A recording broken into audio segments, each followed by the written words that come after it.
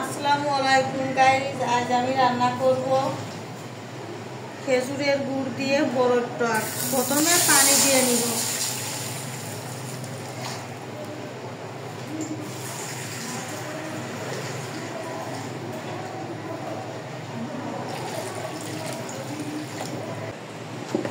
পানি গরম হয়ে গেছে, বড়ি দিয়ে দিব।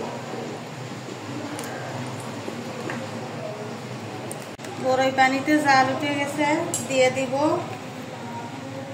লবণ আর দেব হলুদ।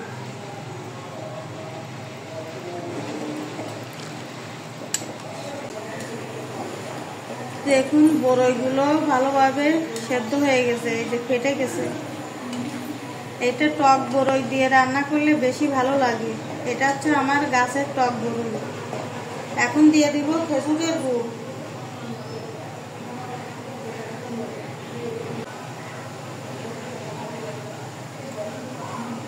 দিয়ে দিলাম খেজুরের গুড়, একদম অরিজিনাল খাঁটি খেজুরের গুড়। এই গুড়টা গ্রাম থেকে আমার ভাই এনেছিল, খেতে অনেক মজা, গুড়ের ঘ্রাণও অনেক। আর দেখুন কত সুন্দর কালার হয়েছে।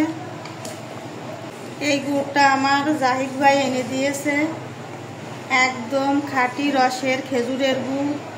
অনেক অনেক ধন্যবাদ আপনাকে জাহিদ ভাই, এত সুন্দর গুড় এনে দেওয়ার জন্য। টক আমার একদম রেডি হয়ে গেছে তেলে দেওয়ার জন্য।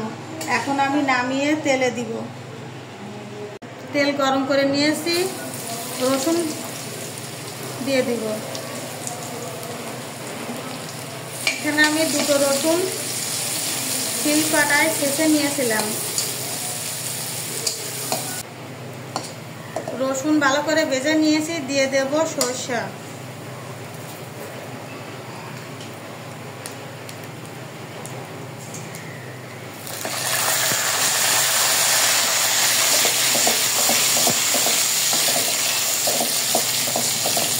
গাইজ কি বলবো, তেলে দেওয়ার সময় এত জোরে শব্দ হয়েছে আর ছোটাছুটি তেল যে ক্যামেরাম্যান ক্যামেরা থুয়ে পলান, তাই আপনাদের দেখাতে পারিনি।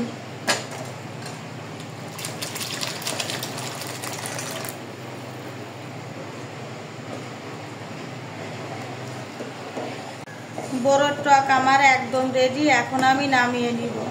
আমার ভিডিওটা ফেসবুকেরটা যারা দেখছেন লাইক কমেন্ট শেয়ার করবেন, আর ইউটিউবেরটা যারা দেখছেন চ্যানেলটিকে সাবস্ক্রাইব করে আমার পাশে থাকবেন। আল্লাহ হাফেজ।